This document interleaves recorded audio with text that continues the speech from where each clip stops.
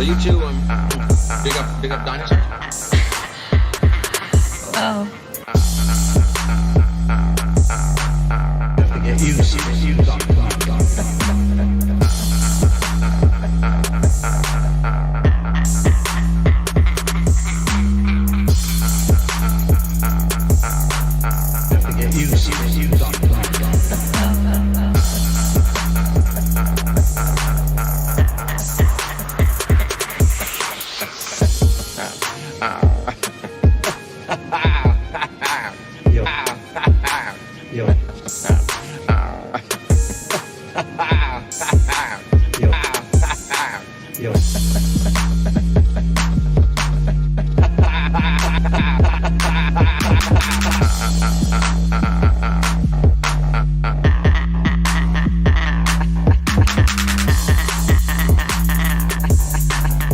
So you two, big up dinosaurs.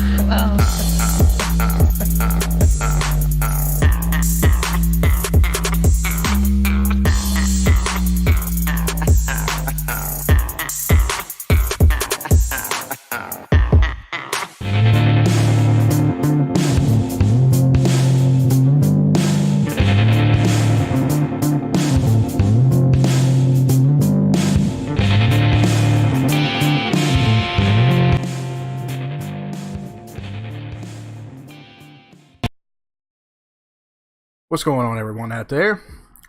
Welcome to a brand new podcast right here on Arrow with a Name Entertainment. If you're watching us on twitch.tv/Arrow with a Name, or you're watching us on YouTube on Arrow Entertainment.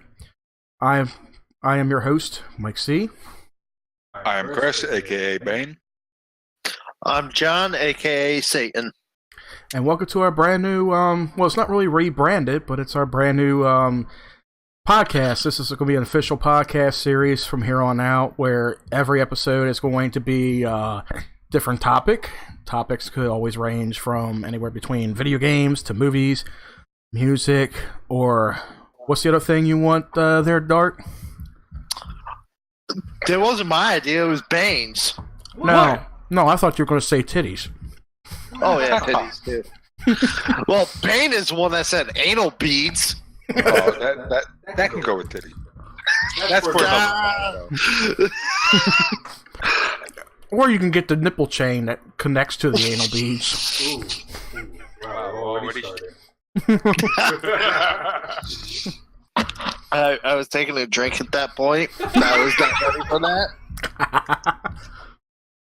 So yeah, guys, we're gonna get pretty wild in here. Don't mind us. We're actually eating a late dinner, trying to scarf down some Pizza Hut. Yeah, it's gonna be pretty raunchy in here at times. We're not gonna, go over the barrier, but this is Arrow with a Name, live and cranked. Hold on. Wait, there's a barrier? I thought this was just a free-for-all. You say whatever the fuck you want. Oh, it's a free-for-all. When did we get a barrier? I was not signed up for the barrier. Oh, there was a position to put you in a barrier versus everybody else. Oh, that's some bullshit. What? Afraid I'll offend people? Not like you haven't done that already. Yeah. True. Like you scared them all away. So anyway, guys, we do have a couple articles to talk about tonight. This is the main topic, which is titled Next Gen. Now, of course, if you all haven't followed us or watched any of our streams, of course, we're gamers, and we're all, we're currently up to date with the current model Xbox One, the One X. I love the console. I love the specs with it, how much more powerful it is amongst all the other consoles out there. I love everything that the console does. And of course, Bane was the first one of us three to actually get it. And while I'm scarfing down this last bit of crust, I'm pretty sure he could tell us, what it's like to first get that. What was your first, I can't even think of the word, your first thoughts of it. The first thing I noticed is that when you do a simple setup on it, like for example, like when you got the original Xbox One, it took forever to update, get it updated and get it running properly and stuff like that. And I noticed with the Xbox One X, it actually moved a lot more quicker and smoother. And and of course I had a 4K TV before that. When I hooked it up to that son of a bitch, oh my god, it just popped out like wow. And I've noticed that game seems to start up a little bit quicker, even though they had a recent update to where they have certain games like load up a lot faster. But even with the X, it's still loaded extremely quick. Like there's a lot better. Didn't have to wait for that shit. The like example PUBG. Now, when Mike he had the S, and when I was over here playing PUBG, I said, this is like torture to my eyes. Watch your PlayStation. And then when I go back home and mess with that, it's like, damn, yeah, I love this much better. It's just a lot better. It's like a whole new console itself, not just an upgrade. It's just a brand new console. Yeah, because it's literally like night and day. Like, think of it as like the resolution on a television or a regular monitor. It's like you got 720, you got 1080. Like, I've noticed like on my stepson's TV when he's playing his at 1S, and it's like, whoa, like everything's like pixelated, like PS2 pixelated. Yeah, it was bad. Oh. What were your thoughts on it, Dark? I know you love the console to death. I'm like Bane says. I mean, there's clearly a huge difference in power, graphics, the rendering of things. I sit here and I mean, PUBG, prime example. But PUBG and Warframe are prime examples of what this console can handle. There's times I'm in Warframe and I'm just letting enemies build up on an objective. Fire a grenade, and normally on like the original Xbox One, it would just lag as hell. Yeah, because of the graphics card, it's trying to render in everything at once. Right. On the One X, I may get a quick lag spike from it trying to render everything, and then it's gone. What I love about it is when people come up to me and they're like, "Oh, well, $500 is a little bit steep for the console, don't you think?" And I'm like, "Well, for everything that's in the console, it's pretty much a computer. Like, take my PC for example. I have the HP Omen, which is a beast. I mean, you're familiar with the Omen. You have the laptop, and with mine, I got an i7 core processor. I got a GTX GeForce 1070 card, which is the video card. I got 16 gigs of RAM in it. Pretty good motherboard. I mean, this thing is pretty good for gaming. Like the last PC I had, like that thing was like, it's almost like me going from the OG Xbox One to the One X, and that's basically what the One X is. It's basically an up to date computer. But, the console version of it. And people are like, why is it so expensive? You got the PlayStation 4. If you buy a regular PS4, it's like, how much is it? Like $250, $300? The regular PS4, I think it goes for about, between $250 and $300. Yeah. Like $250, $300. Then you got the PS4 Pro, which is technically a step down from the One X. I think that still runs about like $450, $500. Yeah, then of course you got consoles like the Nintendo Switch. Nintendo, they've always had brand new PS4 from Best Buy is $300. Okay. Yeah, and of course regular. And then you got the Switches. The Nintendo Switch is like $250 right there. So the Xbox has them beat. It's like Microsoft is doing something good because. What's Microsoft been doing for the last 30-some years? They've been doing operating systems and software for computers. That's what they've been known for. The PS4 Pro brand new runs at $400. Okay, so that's a lower price than the X. Yeah, considering, like I said, it's a step down from the X.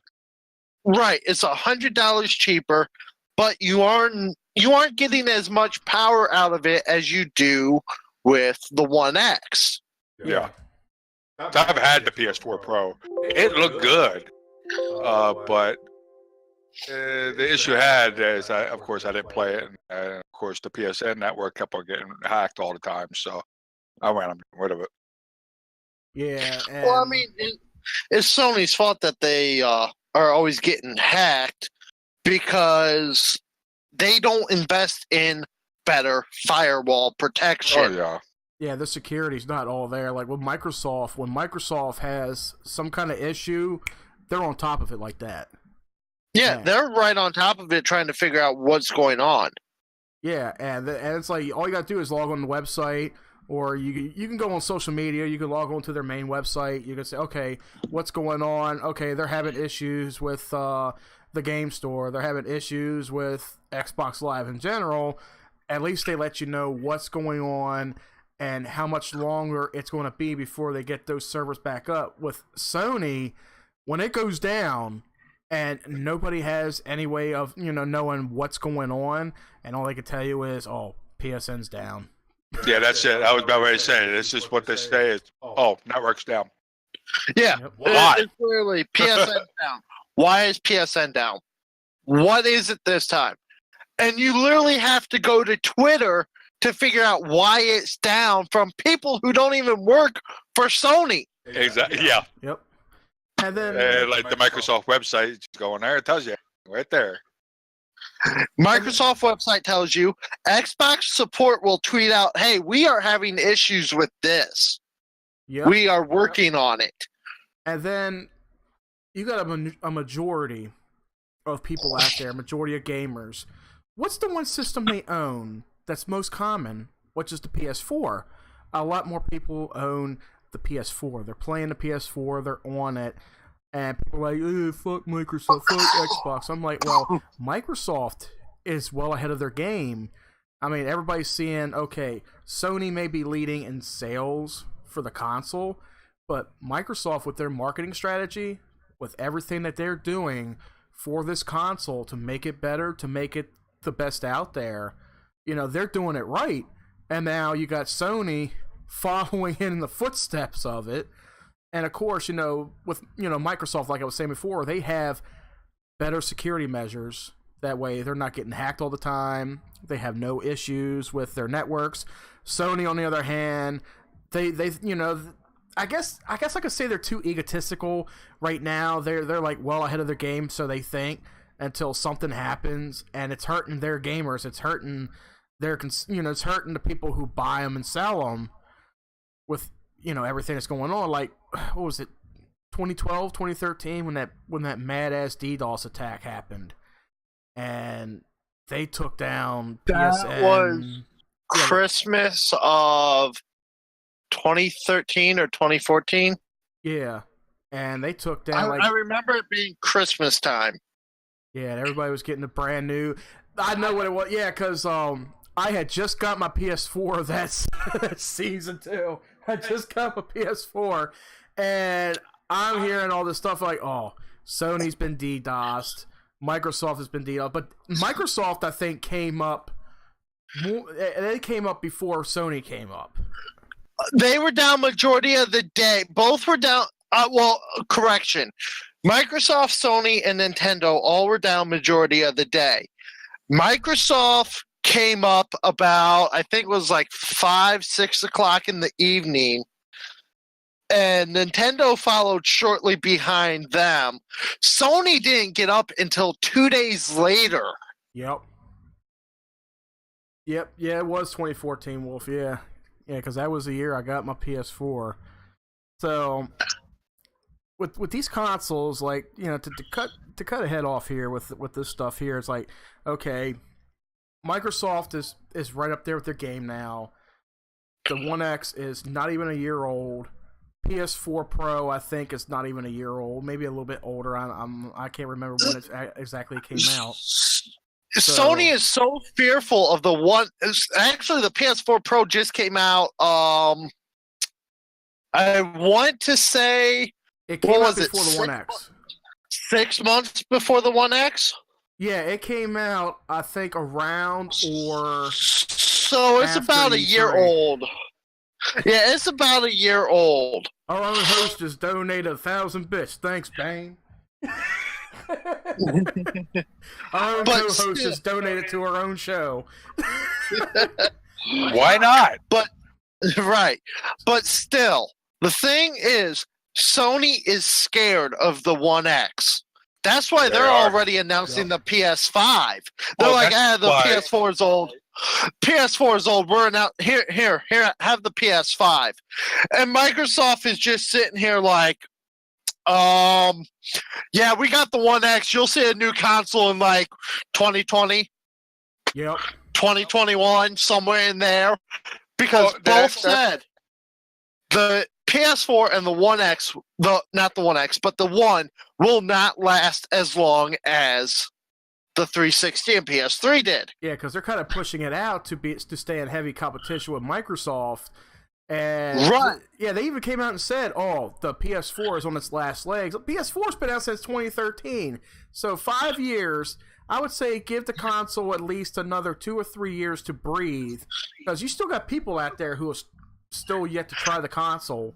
You know, Right. There's people out there that have yet to try it, but the problem is the PS4 is on its last leg. It is. Sony cannot compete with the PS4 and the PS4 Pro to what Microsoft has done with the One X. There's Well, that's no why way. Sony scrambled to make the PS4 Pro, because they heard that Xbox was making Microsoft was making a revolutionary system, which is the One X, and they scrambled so quickly to do that. All Sony knew was it's titled Project Scorpio. It's going And to be they freaked out. powerful. And They they freaked out. flipped shit. They didn't know what to do. They're like, here, have this, have the PS4 Pro.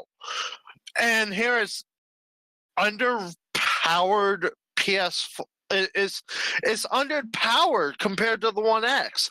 It Yeah. does not have the ability to render games like Warframe Yeah, give me a or- second. I will pull up the specs while you're mentioning that. I'll pull up the specs. or render something like PUBG. It's so underpowered. The PS4 is underpowered that they can't even they don't even have PUBG yet. They're trying to figure out how to make PUBG work on the PS4. And here, Yeah. Xbox is like, it'll run on the One, the One S, the One X. It don't matter. It'll run. And that's like we all said before. The problem with that is the exclusivity that Microsoft has over PlayerUnknown's Battlegrounds. It's oh shit. Hold on, I'm picking up fucking audio from a video. Stop playing. Yeah, I had that issue when I went on Twitch. So it's like That's why I muted Twitch on my yeah. phone. Yeah. That way I can watch. I can monitor chat and see what's being said.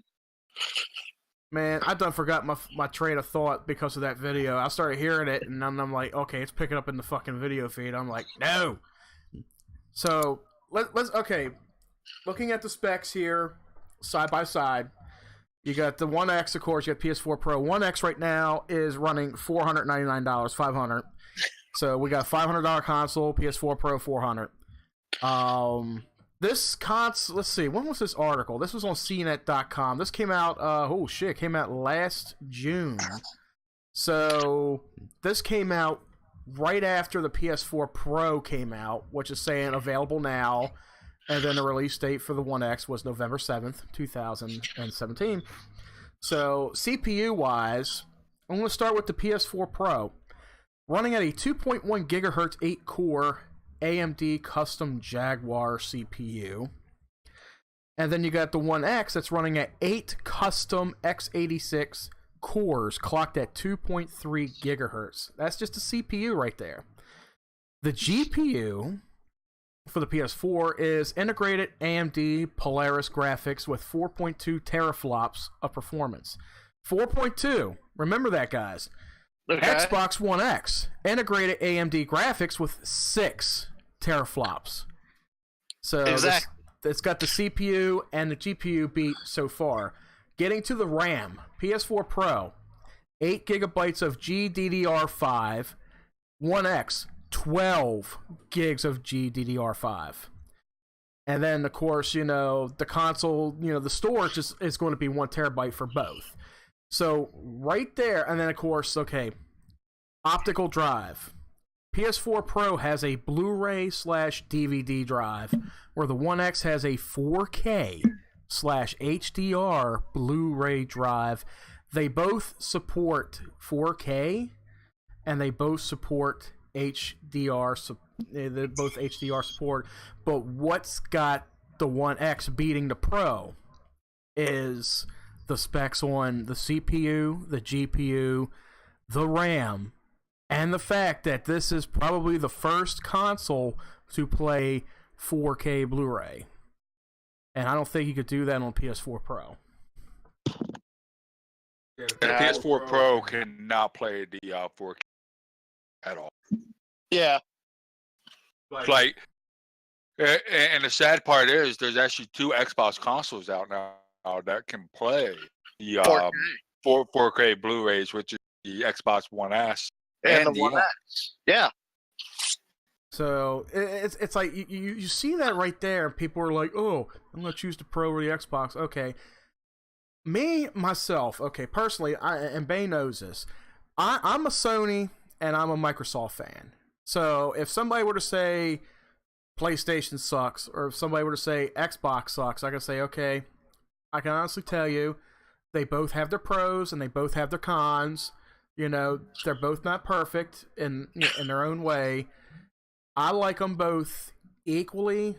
For, let's just say, like, for the PlayStation, I love the exclusives on the PlayStation. Like, let's say I want to try games like Spider-Man, God of War. Let's see, the news game Detroit Become Human just came out. I figure, okay, PlayStation has some good exclusives. Microsoft also has some good exclusives too. Now, for me, what I like about the One X, well, Xbox in general, is it's not just a gaming console, it's an all-in-one entertainment system. And Microsoft does it well with this console. Yes, they do. So, with that being said, and Sony is like, okay, PlayStation 4 it's done. It's just done. It's like, okay, everybody just buy it. We're working on the next one. It's going to come out in the next 2 years. It's like, okay, well, the One X is reigning supreme right now. You know, it's got the... I mean, come on. This is like... Looking at... It's not almost double the specs of the PS4, but it's definitely higher up with its specs. It doesn't have to be double the specs just to be better. Yeah. No, well, it's also the other thing that's hurting PlayStation, well, Sony in general, is crossplay. That one and backwards compatibility. Well, backwards compatibility for PlayStation, they considered PlayStation Now. That's one thing that I did not like about Sony's, the way Sony did things was PS Now. Because, okay, you're paying out $15 a month to stream a video game. Let's say you're streaming Call of Duty Black Ops for PS3. Okay, you're streaming it. It's not being downloaded to the console. You're streaming it. So you gotta have, like, Verizon Fios 1 gigabit connection or something higher in order to stream a game, which, even if you want to play that game online, you're going to need a super duper internet connection, or Right. or it'll be like, in my case, when I tried it, you know, it started, you know, blurring out, pixelating, and it was like, oh, we lost connection to the server, backing you out to the main menu. Whereas with Microsoft, they did it right. Now, when these consoles released, I think even Microsoft said that their hardware is like the PS4 hardware. They're like, okay, it's more for, you know, current gen or the next gen, you know, games. But here's what Microsoft does. Even though you can't put, when it first came out, you couldn't put a 360 disc in and load it up because it's not going to read that data. So what they do is create a patch, a big patch, basically an emulator patch for the console, release it. And it's just like on PC when people create these emulator programs to play like NES and Sega Genesis games, and of course they emulate the ROMs, which is basically mimicking the code for the game. That's like when you take an NES cartridge and you're playing it on a regular NES, you're playing that game right there until somebody hooks up, so, you know, some thingamacfucks, you know, to transfer the code over to PC, and transfer that code into a file, and then the emulator program emulates that on the screen. So everything you see off an NES cartridge, you're going to see on the computer screen.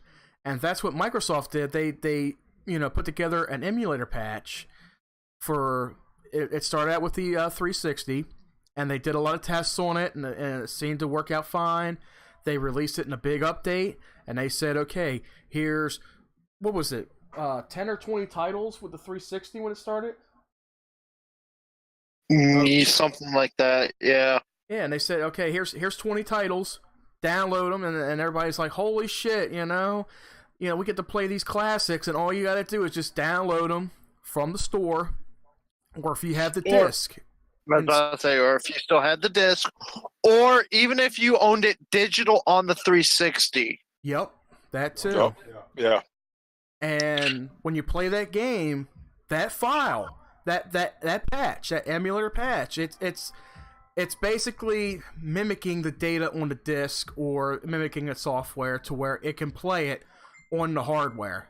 Like I said before, this is basically a mini computer. It's a console version of a computer. So if Microsoft can put together an emulator patch that will emulate and play 360 data and now the original Xbox One data, where the hell was Sony at? Like, why couldn't Sony think of this? Instead they make this dropping the ball. That's what they were doing. Mm-hmm. So they put they dropped the ball big time there. Yep. So they just put out the streaming service. It's like, all right, $15 a month. Play whatever games you want. Yeah. Till you try out the 7-day trial like I did, and end up failing miserably. I'm like playing like 4 or 5 PS3 games and have them all crash because my internet connection was not that great. And now Microsoft has the Game Pass subscription service, where $10 a month, whatever games they add to there, you can download them to the hard drive, play them, and then delete them. Once you're done with them, you can delete them. It's like, I know that's one thing that's going to put GameStop out of business. So GameStop is running in on a really bad track as is right now. Yeah. GameStop is putting themselves down. Oh, definitely.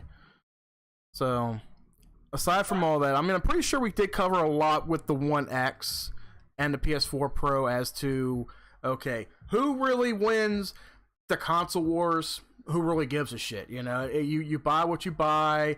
If it's the more superior console or however you feel about it, I prefer the Xbox One. Like I said, all in one, does everything, and I just feel like it does it better than Sony, to be honest. So, with that being said, I'm going to ask Dark's opinion here on this. Now, this is the article I found, and I'm going to let you have the floor. All right. This is a rumor. It's this article I found on Game Rant the other day.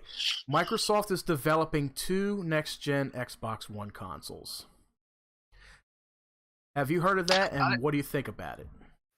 I have not heard, and I could see it, because if Sony is putting out the PS5, it would make sense for Xbox to work on something to get it ready. Just be like, okay, yeah, we're working on something, and we will have it ready when we have it ready. Yep. You guys don't have to worry about it because you still have the One X. Okay? Oh, yeah. If they are keeping it as the family of Xbox One, and it'll be 2 new next-gen consoles, that's fine. We can still play all of our current games on it. We don't have to worry about our current games being left behind. Yep.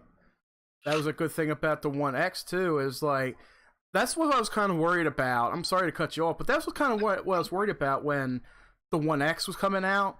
And I was like, is as this a going beauty to be expert, basically... I use new tools every day, and my hair feels fried. Dr. Rivera is here to share a breakthrough hair treatment, Elvive by L'Oreal Paris. Think of your hair as this candle. Hair is made up mostly of protein, and heat can break it down.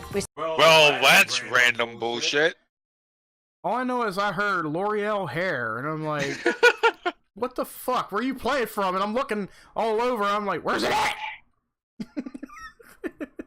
Oh, here we go. Well, outside of that, I was kind of scared, just like you were there, when I heard about the access. That is it going to like leave our games behind, and it's going to be a whole new selection of games just for the One X? It's like I don't know. I was scared, but when they said at the end of their announcement, yes, it will continue on playing your Xbox One game. That sold me. That sold me. Right. When I heard, hey, yeah, it'll still support your current Xbox One games, I'm like, all right, sign me up. I want it. Yep, and not only that, it's like it does everything much better. Like when you're looking at an Xbox 360 title, like let's say, was it one of the Gears of War games? What was it? They had the 4K or whatever added to it. It was one of the 360 ones. What is it? I'm sorry? One of the Gears of War games, one of the 360 ones. Didn't they just get like a 4K patch or something for it or something? No, that might have been the original Gears of War, the remastered version that got it. Okay. Do you have the Gears game on your Xbox? Yeah, actually, me. No, go all the way up. Go to all. Go to Xbox One Enhanced. Enhanced games, yeah. And scroll down and see if it happens. Yep, Gears of War 3. Gears of War 3. It was 3. Oh, it was 3? Okay, I thought it was OG Gears that had the Ultimate Edition made. Yeah, so like, Gears 3 got the Xbox One X enhanced patch. So the console is doing the older games better too, with the just like enhancing the graphics and the game, maybe not the gameplay, but enhancing the graphics, making it look much more beautiful on 4K. And of course, Bane can definitely vouch for that. Oh, definitely. He's preoccupied. It's all. Yes. Can vouch. You and your frickin' 4K. It's beautiful. It's so beautiful. It's overkill, man. No, it's not. So here we go. With this article, one of the most surprising moments at E3 2018 was when Phil Spencer mentioned that the next generation of Xbox consoles were already in development and codenamed Scarlet. And when I did hear him say that, and I was like, oh God, you gotta be kidding me. I'm like, I just got the One X, and you're already talking about the next generation. I'm like, can't I have at least 2 years to enjoy this motherfucker? Like, really put some game time in it? I mean, you can. Just when you're ready to join us on Scarlet, join us. Pretty much. Or what I would love to see, if they can, if they can actually implement it, is, well, crossplay is still in the works right now anyway. But like, let's say you're all playing something on Scarlet and I'm on the One X, and I want to play with you on there, like, okay, just like be in the same server, even in the same party too, like. I'm sure they're gonna allow that because of the fact of, let's say you play Call of Duty Ghost, you are playing with the 360 server as well. Yeah. So I don't think they're gonna leave you behind for, let's say, you keep the One X. That's true, yeah. Somebody goes to Scarlet. But here's the other thing. If it is still part of the Xbox One family, you don't have to worry about that, Mike. Okay. No one has to worry about that. If it is still a part of the One family, then why should you sit there and worry about, okay, well, my buddy's upgraded to this console, I can't play with them anymore. No, you can still play because it's all on the One servers. Okay. Does not matter what it is. For prime example, when you had the One S and me and Bane had the X, we still played with you. You weren't left behind. Yeah. Well, that's the thing. You lagged a lot, but you didn't. Yeah. You weren't left behind. Well, that's another thing, is they're all part of the One family. The Xbox One, One S, and then One X. Scarlet is going to be something probably completely different than the One family. But remember, though, Phil Spencer did say at E3 last year when he announced the One X that the One family is going to last for the next decade, he said. Oh, good. Another example, let's say you have Gears of War 4 on the PC, and you want to play with your buddy on, and he has it on console and not PC. Yeah. You're going to be playing with one another on. Yeah, that's what I like too, because I do have Gears 4 on PC through Game Pass, and I got it on console, so it's like, okay. And of course, achievements and game saves do carry between console and PC, so I'm just like, okay, maybe I could play with Bane on a console, and maybe I feel like playing on PC. I'm like, okay, I can jump in there, on the server with him and play it through there. Well, let's see. No further details were shared beyond that, but a new report may give fans a better idea of what to expect from Scarlett in the future Xbox. Thornton, or Thoret, whatever, I can't even pronounce his fucking name, whoever it is, reports that Microsoft plans on launching 2 distinct versions of the next generation Xbox. One version will be a traditional home console that will play games locally, but the other will be a cloud-based streaming box that has been referred to the Scarlett Cloud. What are your immediate thoughts on that when you hear that? So they're doing something like Steam does with their box. Hold on 1 second. You all keep going. There's something going on background. When you say that Scarlett is going to be a streaming box setup, that is my first thought. The Steam Link. Yeah, the Steam Link. Yeah, you know what? Yeah. Let's say you want to have one console in the home, and it's in the living room, and you feel like playing it in the bedroom. Well, there's your streaming. Mm-hmm.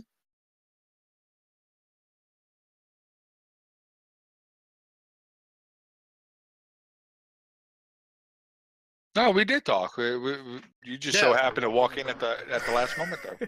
Yeah, you did. Okay. What's up, Artomaniac? Welcome to the show. We are talking about next-gen consoles. I don't know if you had just walked in, Artomaniac, but we are on an article talking about the next-gen Xbox. And you were saying about the Steam thing. I'm guessing like with the way people play Steam on PC, and then you got the Steam Link. It'd be similar to the Steam Link is what our thought was. Yeah, okay. That is my thought. If you're sitting here saying that the report is saying that it will be a streaming box, yep. What is the first thing you think of? As a gamer that plays games on Steam, what is your first thought? The Steam Link box. Link. Yeah, exactly. And Bane just got one recently. Well, I told him my brother got one, and he was intrigued, and he got it. So, and I think you did fiddle around on it. Yeah, I fiddled around with it. I liked it. I actually enjoyed it. There was a little bit of a latency to it. I'll turn this off. But there's a difficulty with, let's say, playing certain games. Like for PUBG, it's not exactly ideal for PUBG. I give it that.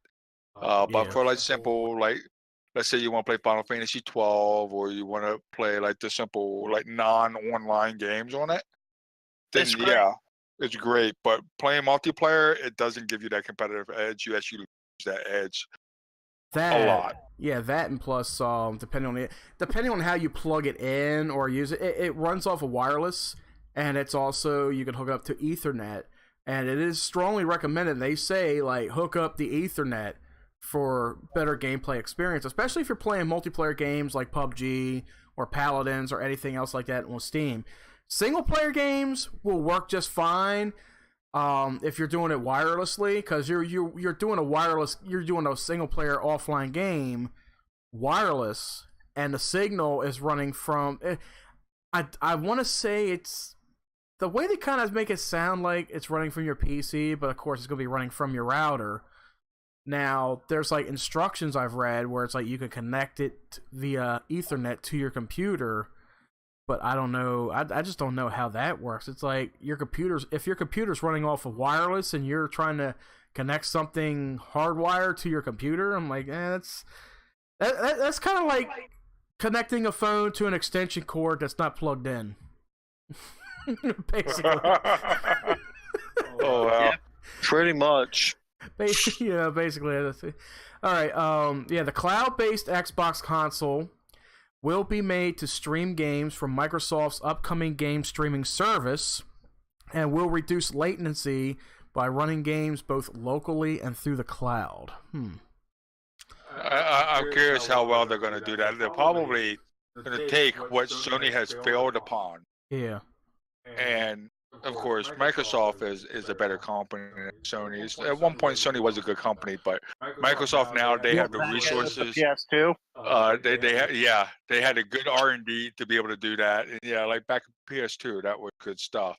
But Microsoft cares about their consumer base, and they want to make everything better for them. And I hope that they do a really good job with this streaming network that they have, or that they're planning on. Yeah, especially like with what they're doing. They say streaming service. Okay, Sony may have jumped into it a little early and it didn't take off as well as they thought it would, but maybe Microsoft can, exploit it a bit and make it a little bit more better. And that's what Microsoft is all about, is making it much better than maybe, than their competitors. Whether players choose to purchase the traditional version of Scarlet or the Scarlet Cloud shouldn't make a difference in terms of what content they can access. Both Scarlet and Scarlet Cloud, and apparently other devices as well, such as PCs, will have access to Microsoft's game service streaming service, which will presumably be an evolution of the Xbox Game Pass that currently requires players to download each time. So apparently they're building the next console around the Game Pass subscription service that they're working on, and it's doing some wonders for a lot of people. Like if you're on a tight budget and there's some games out there that you've been wanting to play and they become available, especially Xbox One exclusives, and you don't have the $59.99 to put up front when the game comes out, for $9.99 a month, subscribe to Game Pass. When that game comes out, download it to your console, play it. If you don't like it, delete it. If you love it, hold on to it a little bit longer. Maybe down the road when they take it off the servers, kind of like Netflix takes movies off their service. And if you feel like buying it when it's a little bit cheaper, then there you go. Yeah, speaking of, I'm so mad that Netflix took off Beer Fest. Those fuckers! Oh, man. Great movie.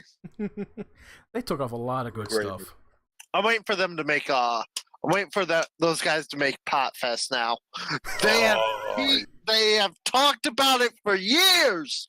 They said, depending on how Super Troopers 2 does, they will make Pot Fest.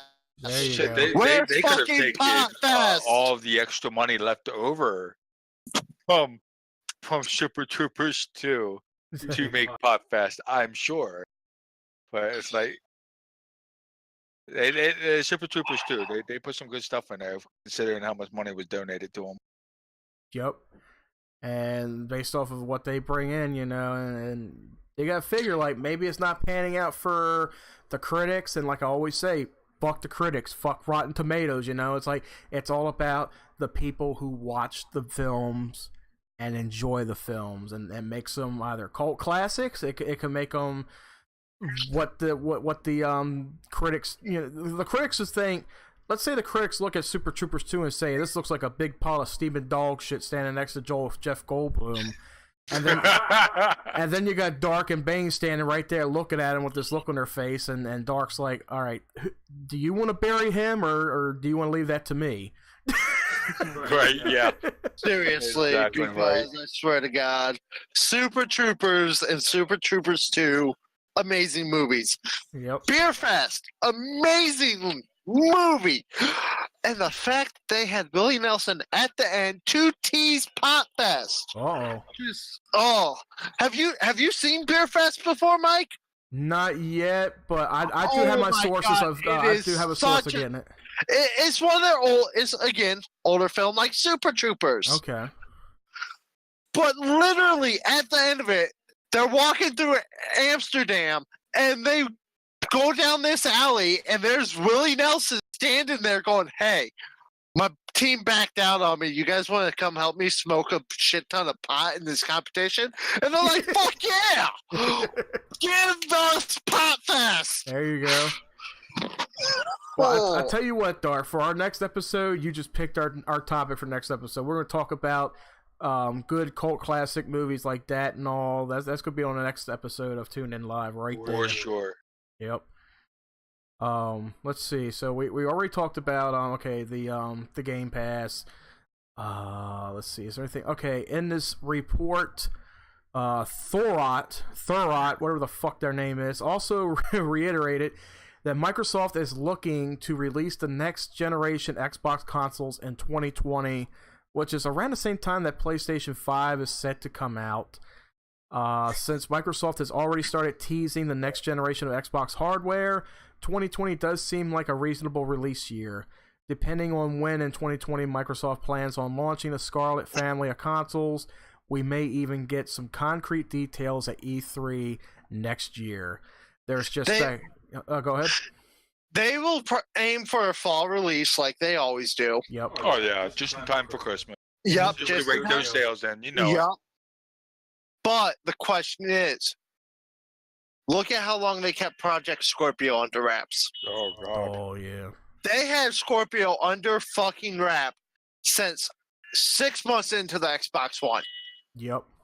6 months into that lifespan, they had Scorpio locked down tight. What they saw when the original one first came out, there were a little bit of an issue with it. Right. And it wasn't that bad, but it was an issue with it. There was, yeah.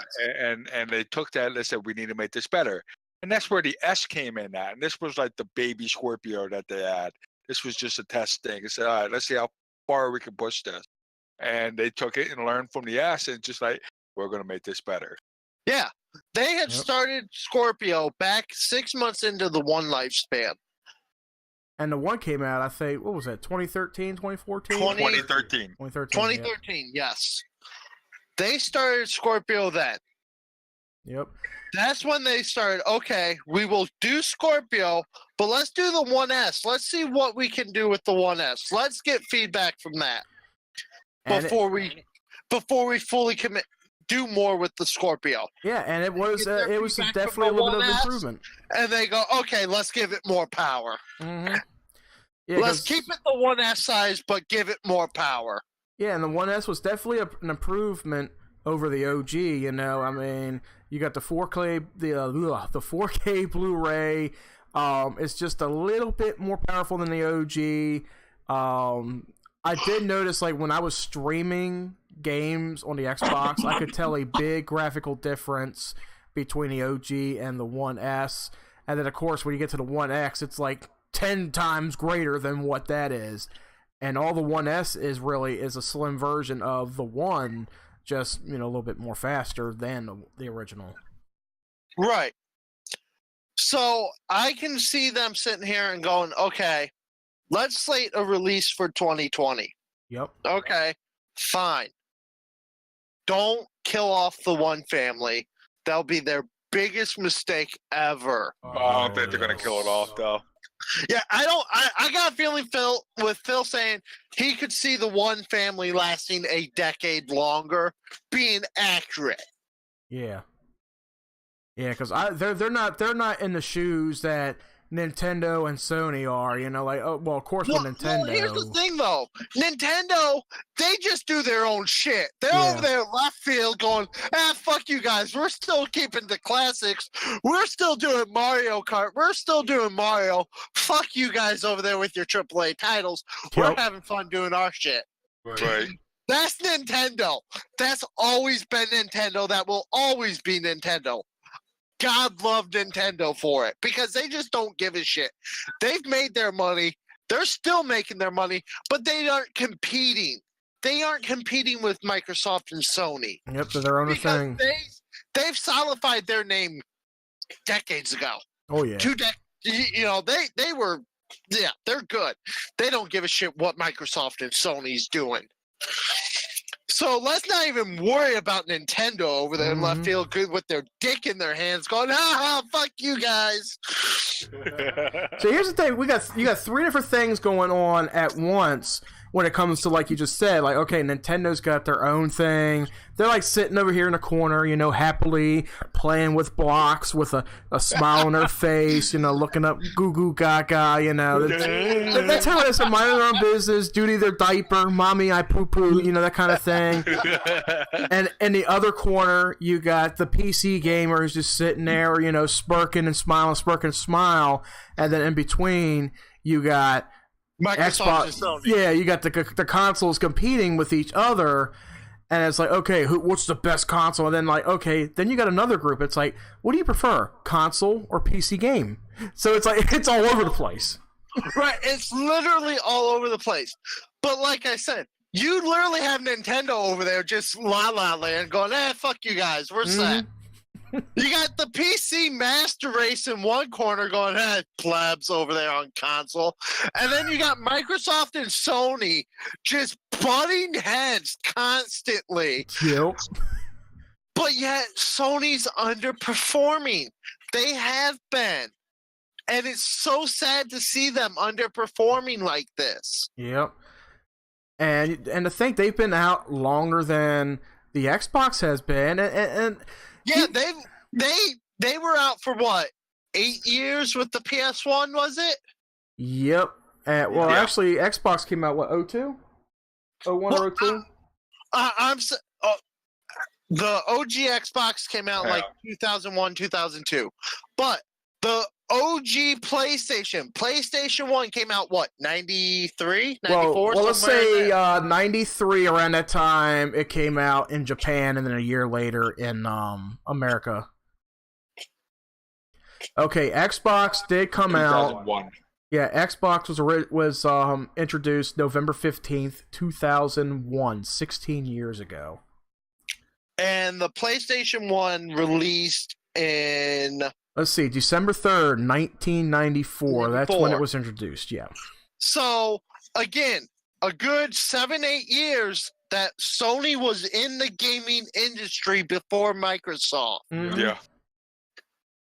And they revolutionized a whole new thing. Well, it's not a whole new way of playing games, because before Sony, you had Sega CD, you had the Atari Jaguar, you had what was it? I think the Neo Geo was another CD based one. I think. Yeah. Right. Even early CD-ROM games.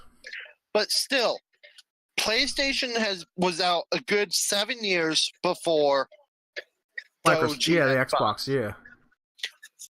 And then the year of the OG Xbox, you got the PS2. Yep. Ever since the PS2 and OG Xbox, Microsoft and Sony have been going head to head on who can put out a better console. Oh, yeah. And then, of course, they had their little downfall when the PS3 and the 360 came out, because they had overheating issues with their hardware. You know, because the overheating issues was because they got cocky and tried to put too much power into the consoles at the time. Yep. The consoles couldn't handle it at that time. That's why PS3 just were like, okay, we fucked up. Let's just, Yeah, that thing was ridiculous, because I remember going to a local game store here. It was one of the private ones, and they would have that the original PS3 set up on display, and it would always be down because it's overheated. Because they leave it on. And then you'd get, the 360, the OG 360. The Red Ring of fucking Death. I had that. Red Ring of Death and the E74 error code. See, when I first got that, I had bought my 360 used, and I had it for maybe almost a year, maybe, or not even a year before I got the Red Ring. And at first, it freaked me out. I didn't know what the fuck was going on with it, so I turned it off, and I left it off for a little bit, and then turned it back on later. It's like, it's playing. And then, of course, it happens again. So that's when I started reading up on the Red Ring of Death. And I was like, All right, they want you at this time. Microsoft was telling everybody, if you got the Red Ring of Death, send it back to us, and we will send you a new console. Right, they would replace it. And here's what happened. So I sent it back, and I was like, fuck it. I'm going to go ahead and buy another one. If this one comes back, I'll just give it to Johnny T, which I did. So I went out and I bought a little bit more updated version of the 360. I didn't get the Slim yet. But this one, I got the open tray error. I've had it maybe a year or so after that, and I've gotten the open tray error. Now, when the one that I sent back to Microsoft, when that came back in, it wasn't a brand new console. It was the same fucking console. Just refurbished. Yeah! The same fucking one. I gave it to JT, and I was like, well, it should be fixed. So he had it for a good 3 or 4 months before he got the Red Ring himself. I'm like, I can't fucking win with this. So then, between his Red Ring and my open tray error, sometime after that happened, I did upgrade to the Slim. The Slim, they fixed every problem with it with the hardware. My brother, he got a 360. He got an OG 360. He got the E74 error. So when I tell you I've seen all 3 errors in this household, I was like, that's it. This fucking console is just dead. And then of course, he ended up buying the OG PS3, the fucking boat anchor of a fucking console. He had it for 3 or 4 months, and then he looked at me one day. He said, "It's not turning on." I was like, "I think I know what's wrong with it." And it's like, as soon as you hit the power button, it wants to come on and just like shuts off. And I'm like, yeah, Sony, that was Sony's big fuck up with the type of what was it? It's like a glue or something that they put on some piece inside of there, and when the console would overheat, it would come that glue would melt. And it would come, disconnected from the motherboard. Or well, that's the same example, let's say, for the E74 error code for the Xbox 360. Yeah. Now, what that was is that the actual graphics card board would get so overheated that it would start warping, and instead of using plastic bushing to keep the card in place, they had metal bushing. Oh. What happens is that it would catch it, and then it would short. Mm-hmm. Then the only way to get that to stop is to put something in with the overheat fan in the back, let it run and overheat again so it can warp itself back in position, work for maybe about another hour or two, then it will go back to another E74 error code. Because I had the E74 and I went up having to send that in, and they sent me a brand new Xbox because they couldn't. Well, you got lucky because they sent me the same fucking one back. That's crazy. JT, he was like, "Oh, I got the red lights on my console. What does that mean?" I said, "That means they fucked me and sent me back the same goddamn console." And then you had, after the Slim came the Elite. Yep. Again. No, that was before the Slim. Yeah, the Elite was before Slim. Yeah. Was it? Yeah. Yeah. See, what came after the Slim was when the Xbox One came out. Yeah. So they figured they would do this. I don't know what made them think about doing this, but they took the 360 and they built a model that looked almost like the Xbox One, and they only sold limited. Yeah. Yep. It was what the hell was it? Oh god, what was that called? Yeah, I'm gonna look it up right now. Let's see. Xbox 360, Xbox One console. Let's see. Oh god. See, that's what it looked like. Because the front of it was curved a little bit, and it was a little bit more boxier, and it had the fan on the top, just like the one. What the hell was that? It wasn't a Slim console. I can't even think of the name for it, but they sold that like very limited. It was that was very. I think that was only out for maybe about a year. Yeah, Not even. And I think it was only like a 6-month last. probably because I didn't really see it that often, to be honest. Because I kept on seeing the old 360 up until when they said, "Okay, we're going to stop making 360s now." Mm-hmm. And that wasn't very long ago when they stopped producing. Maybe about a little less than a year ago, maybe. Yeah.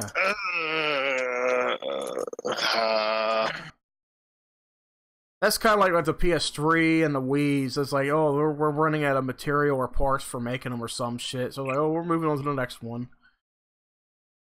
But it's like, you ain't got to really worry about having a 360 now. All you got to do is get yourself a one, and you could play... 2 years ago. 2 years ago, okay. Yeah, that's when... 2 years ago. Okay. Yeah, I remember it was kind of recent. I can't even find it. I'll find it later, and I'll end up posting it. It was like, oh, that's what it is. You know, right after the fucking stream. I'm like, oh, that's right. You could get a Xbox 360, 4 gig console. This looks like, yeah, it's a slim, Connect ready, on Amazon for $59.99. Or you get you can get it used for $75 with Prime. I still have my. Yep. Oh, I had Bang. something. Oh, geez. Check chat. Oh, we got a chat thing going up. What we got? Yeah, a little private thing we got going on here, guys. You guys can't be a part of this. Oh God! That's a hell of a thing to share.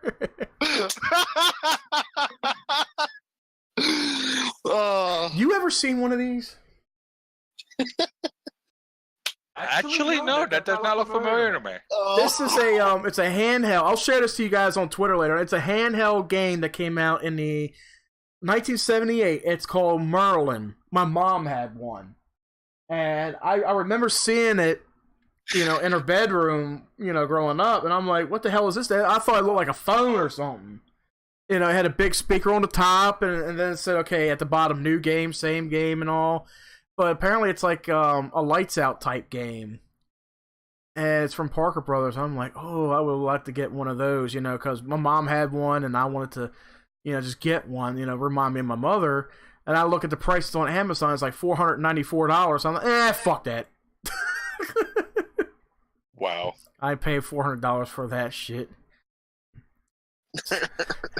So yeah, well, there ain't nothing really much more to talk about the new generation of Xbox, except for, you know, rumors will be fans can go on until Microsoft is ready to reveal the Scarlet, possibly next year at E3. But if it's not E3, they might do a separate conference. Yeah, conference or expo, yeah. Because I know here lately Xbox has been attending a lot of the Comic-Cons. Yep. Well, they want to get their product out there more and more. Right. And like I said earlier, they're focusing on their consumer base. They're really listening to the consumers and taking what they're saying and implementing it, or trying to implement what they're saying into their current consoles and future consoles to make it better. Yep. So now it's like, okay, we're looking at two different things coming out. One is you know, it's basically going to play physical. I don't know if it's going to be physical copies, but it's going to be local. They're saying local. They will either do it at E3 or they will do it at Gamescom. Yep. So there you go, guys. For Microsoft, we're looking at two new possible consoles coming out. One is going to be a local-based console, traditional home console, and the other one's going to be a cloud-based streaming box. Kind of like the Steam Link. If you're familiar with Steam, it's a PC. It's a PC app. You go in there, you sign up for Steam, and you could download and play, purchase games on there through the Steam store, which is a lot. It's very popular. It's like I said earlier. It's like, you got consoles, you got PS4 and Xbox going head to head, like Dark said, and then you got the PC players over in the corner, like, consoles. What do they know? Right. So, speaking of consoles, we're going to go into this next one for the next half hour or so, since we're like a little over an hour in, but we can go on a little bit longer. This is another console rumored to come out. Google is talking about getting into the console race. And this article... Okay. Going to that.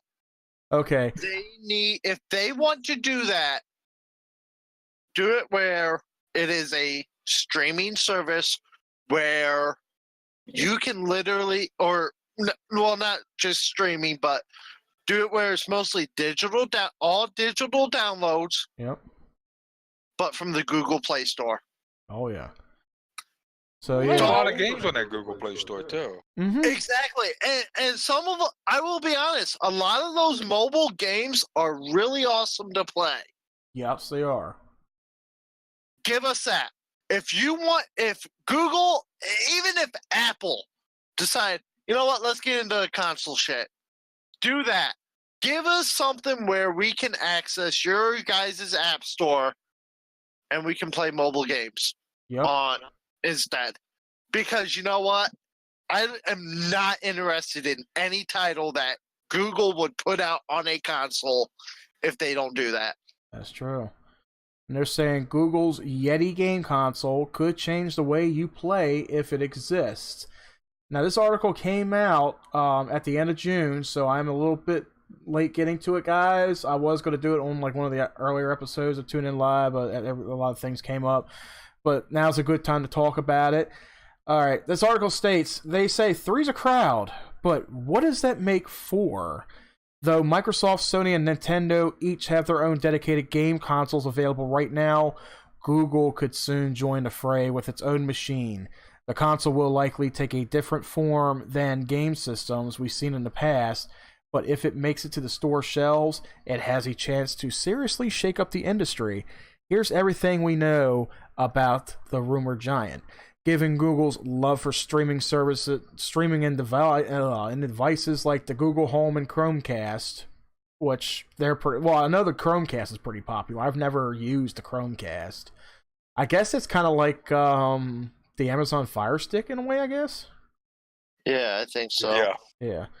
It shouldn't come too much of a surprise that Google's console will reportedly be a streaming platform, like you said, codenamed Yeti. According to Kotaku, the plan would be for Google to run high-performance games on its own machines and stream them to the console to ensure easy of entry for players. So we got running high-performance games. I'm guessing games like PUBG, Call of Duty, Battlefield, that kind of stuff on its own machines, and of course streaming them to the console. Again, that causes an issue, though. Look at if they don't do it correctly, like PlayStation fucked it, it's going to fail miserably. Yep. Yeah, that is. It really is. I mean, look at Atari now coming out with their own. Oh yes, the what the fuck was that called? The Atari VCS. Okay. Yeah, I'd like to get a hold of that myself because they're actually coming out with not two versions, but 2 shells for the console. Yeah, right now it's which in. is a classic black and wooden, and the other one is a black and red. Yeah, I'm looking right at it. It's the you can pre-order it now. Reinventing the way you game again. This is the classic wood grain version, which is, giving it that old school feel, the old school Atari 2600. But people joke online, it looks like the Batmobile with S.H.I.E.L.D. on it. It really does. People, if you have not seen this, look it up because it really does. Yep. It looks good, though. I mean, it's like, what more could you ask? Yeah. It's a great freaking... And then, of course, it has 2 controllers for it. You got the joystick, the original joystick controller that used to come out with the 2600, and then you got a all new modern controller that pretty much looks similar to the Xbox One controller. Microsoft is probably helping now because Microsoft is willing to help other companies. For example, Steam. Microsoft helped them design their controller. Yep. So if I go to pre-order now, oh, that only takes me to Indiegogo. And Indiegogo is where they're funding it right now. The funded on June 30th, they received I want to say $3.4 million total funds raised. 2,975% funded on June 30th. So they're still receiving money to put funds into this. I'm trying to. So I'm assuming it looks like it's being overfunded, but it's not a bad thing. It's going to help. Yeah, make it better. And then of course I'm thinking like, okay, people are asking them, make it more of a, like those retro game systems that come out. They're like $30-$40 with like 50 pre-installed games and shit on it. That's what people are kind of hoping for, is something like that. But I would like that. That would be interesting. And I would like to see all generations of Atari on this one console. I'm talking, the numbers and the cat system, the cat family, as Angry Video Game Nerd calls them. You got the Lynx, you got the Jaguar. Yes. I think there was another one that came out. Yeah, just like have all generations of console onto one. And then of course maybe add a few more to that maybe something a little bit more modern. I don't see me playing Call of Duty or Battlefield on this thing, because I don't think it have the engine for it. No, it won't. Oh damn! Wolf got his Wii U. He's going to be playing Mario Maker and Super Mario 3D World. Have fun, man. Have fun. Yep. Boo! No, I had a Wii U. It wasn't that bad. I've actually given thought into getting the Switch, just so I can play Mario Kart 8 Deluxe. There you go. The Switch is fun. I've had it. It's fun. So then, it's good to wait until the price goes down on that, which it will. Yeah, that's going to be worth it. Yeah. So yeah, the Atari, that's soon to come out. There's a lot of speculation on what it's going to be like, but like I said, people are hoping it's more like an OG kind of console with the the older games on it. Like I said, I don't expect this thing to have Xbox or PlayStation-esque specs. Does it have a selection on there for specs or anything, or is just like a small advertisement? I'm getting. This is basically, it gives you the pre-order now. It's saying Game Stream Connect like never before. Killer Atari classic games, hot new indie titles, open Linux OS, join the revolution. Okay, so there's really no operating system on there. No, there's not. Probably not until maybe the end of the year, because of course they're not ready, because if they were ready, they would have been at Yep. to say, hey, this is what we have to give you. Right. But I got a feeling that next year E3 it'll probably be ready.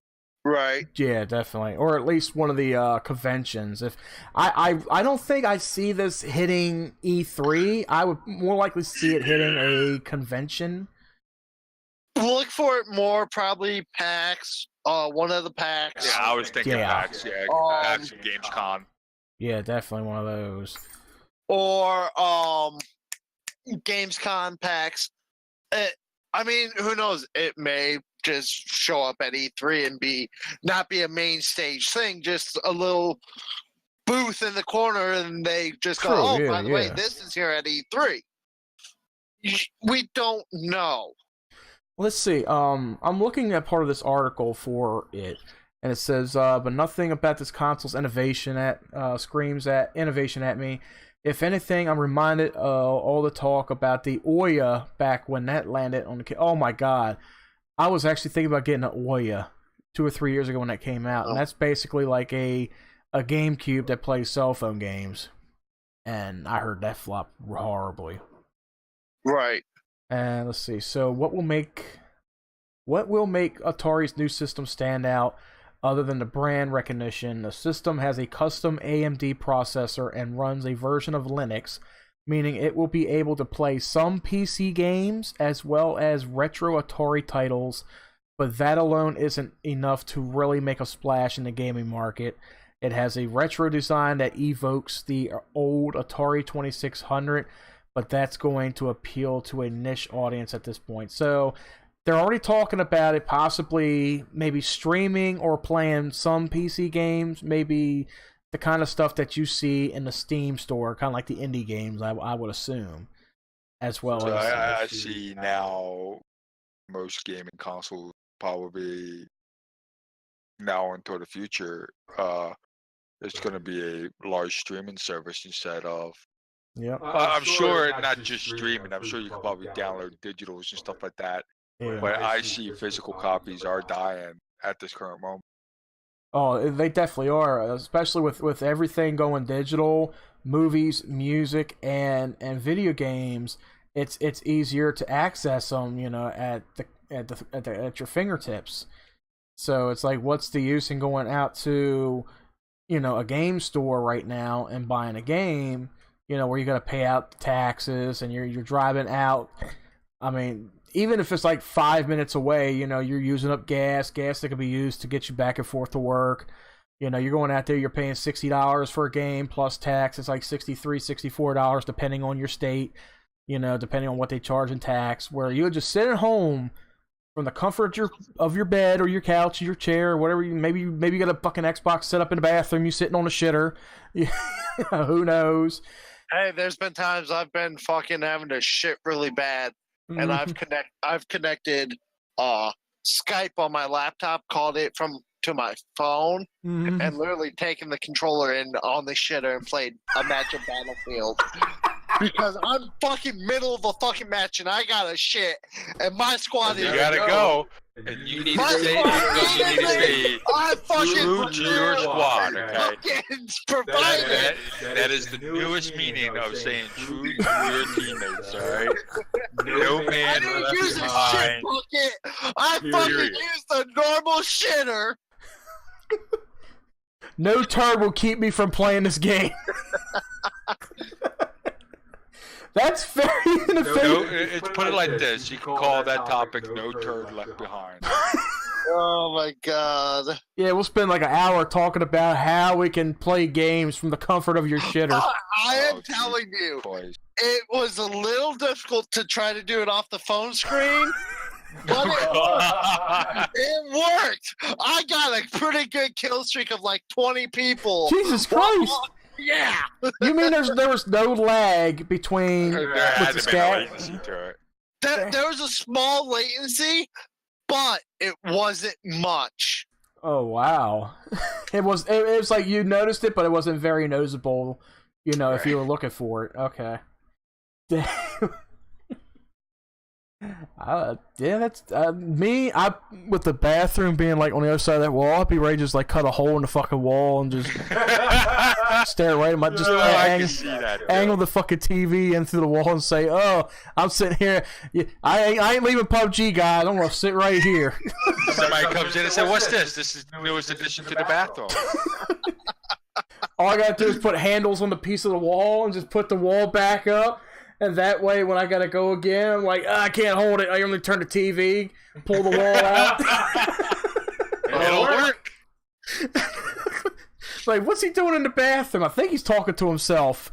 Then you come in the bedroom, like, what the hell are you doing? I'm taking a shit. Like he'll be in the bathroom. Somebody out here said, "Why the man? That must be one mean shit if you're screaming that loud. Right? Run, or hide, get out, or something." It was like that's gotta be one mean shit. So no, I was playing PUBG. What's up? I was playing Who PUBG. does number 2 work for? There you go. Has a whole new meaning to it. Oh god, but yeah, for the Atari VCS, going back to that, they said pre-orders have already gone live in April, which you can pre-order right now. I don't know when the console's going to release. They said it will come out sometime in 2018. We haven't heard too much about it yet. It's still in pre-order. We haven't heard a whole lot about it, and likely will cost between $250 to $300. Though a final price has not been announced as of this writing. This article was written back in March. Okay. So it's possible. I mean, if it's going to release, if it's going to do anything, they could release it sometime early 2019, maybe in the spring, or maybe around the summertime. I could see that. I don't see this being $300. I'm thinking maybe $199 or somewhere a little bit less. I don't know. I could see about. I could see $300 because of the Switch. Okay. Yep. Yeah. I could as well. Can you imagine that? Look at that. Okay. Sony and Microsoft. They're having their battle, right? Nintendo's over in the corner. And Atari. And then it was like, and they're like, who let you back out of the fucking box? Be like the old days when Atari and Nintendo were kind of like going head to head for a moment there. Yep. And Nintendo's gonna be like, I'm gonna beat your ass like I did in the 80s. Oh my god. Be like, no, you fucking let us down. I brought us back up. I can honestly say this. I still have an Atari 2600. There you go. Yeah, I still have an Atari. I gotta get that. You know, I got a ColecoVision and an Atari. Actually, a little bit of trivia. They said the first concepts for the Atari before the 2600 came out, the first concepts they were codenamed it VCS. And there you go. And that's what they're naming this, the VCS. Nice. They went back to, because I don't forgot what it was called before that. Atari Box. Yeah. Yeah, they called it Atari Box, and then they said, well, we're going back to an old school name. So they went back to the first concept of the console before they, worked on the 2600, and they codenamed it VCS. And of course, that's when, it transitioned over and you got the Atari 2600. So they went back to an old school name and they're using it for this console. And I'm hoping it does good. I'm hoping it does bring something to the table, something a little bit different than what we're seeing, because like I said, right now we got PC gamers, you got Nintendo, you got Sony, you got Microsoft with the Xbox, and it's like, bring something in to make a little bit of rumble, in the house, to shake the boom boom, shake the room, Bring in the fucking Atari VCS, and that'll really start on Nintendo. OG console, the stuff that started it all. Yep. I can actually literally see in my mind, you got Sony and Microsoft sitting there battling it out in this house, and you got this little kiddie music playing while Nintendo's in the corner. All of a sudden, the house fucking shakes, and Nintendo's like, "The fuck was that?" Fucking Atari breaks in. "I'm back, bitch." What I'm seeing is that what you were saying. Hold on. Atari breaks in, goes, "I'm back, bitch." Kool-Aid Man busts in a wall, goes, "Oh yeah." Who brought him in? I hired him. It's like, why? Like the way you were describing it, I was thinking like Sony and Microsoft kids fighting over like a particular toy or whatnot. Yeah. Then you got Nintendo with just a crazy pedophile uncle over in the corner, just sitting there with Mario. And then you got Granddaddy coming in with Atari coming in. Yeah, I could see that shit, man. Yep. That's really good. That'll really put a fucking startle.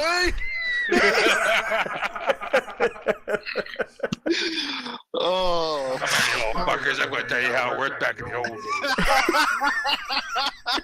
We didn't have safe spots. We didn't have passwords. We had to figure out the fucking Easter eggs and shit. We had to start all over again when we died. There were no extra lives. We had to flip a switch. Pitfall? Remember Pitfall? Oh, Jesus Christ. God. I will say this. I want to see on the VCS. Oh, my mic's going on. I want to see on the VCS. Beat them and eat them. I want to see. God. I want them to put an adults only section on there for the adult. You remember hearing about the adult games that came out on the 2600? Oh my God. Yeah. Yep.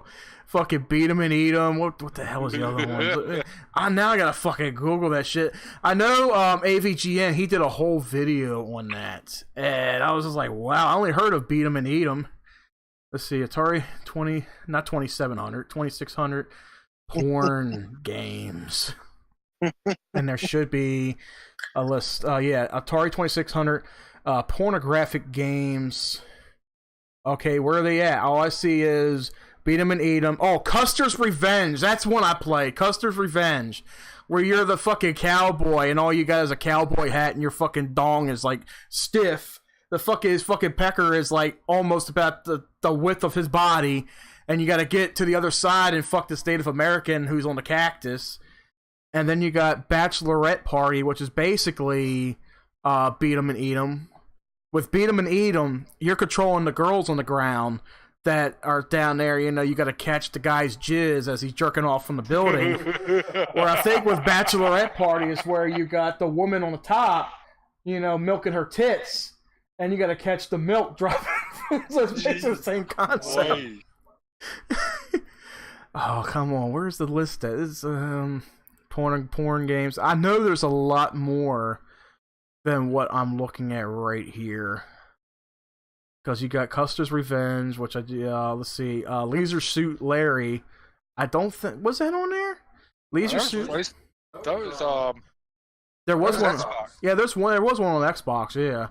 Leisure Suit Larry series of adult games started in 1987, is one president, but another game 5 years earlier, and favorite console in 20. Okay, so apparently there was one on the 2600.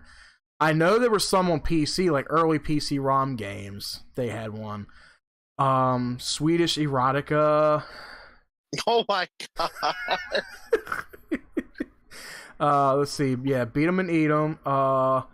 Beat 'em and Eat 'em is a clone of the popular 1981 game Kaboom. The player controls a pair of naked women who move along the street. The computer-controlled naked man on top of a building ejaculates compassionately from the roof. I can't pronounce half these words. There are some of them. Let's see.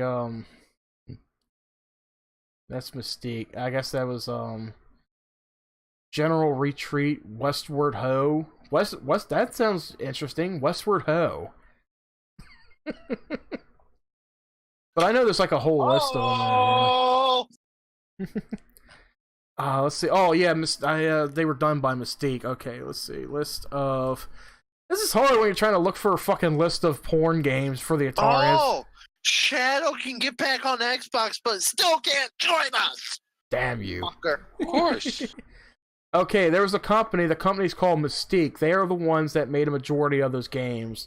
And of course, I'm looking at the cartridge front for Custer's Revenge. You got the Native American girl standing there, you know, with her clothes on, and you got this butt naked fucking cowboy with his hairy ass, his hairy legs, rubbing against her leg by like fucking mini me. How do you find that photo of me? Yep. Oh, here's the other one. This is another one I was thinking of. Gigolo. Gigolo was another one. X-Man. I don't think I heard of X-Man. You don't want to. Oh, okay. There's a simulated picture for you. There you go. X-Man. What the fuck? I don't want to know. It's like it's like I'm looking at something that's not of this world. Oh, so you're looking at Shadow then? Okay, got it. Yeah. It's Shadow with his blow-up doll. Oh my god! That's they got a whole lot of holes and like pull patches and tire patches all over. Hold on, wait. Time out. Shadow has balls. Well, I didn't say he had balls. I was just saying with the blow-up doll, it doesn't. Yeah. Oh, it doesn't mean that the blow-up doll isn't. Here, Dark. I'm going to share it to you. I'm putting it in the group chat. Oh dear God! That's exactly what we're looking at.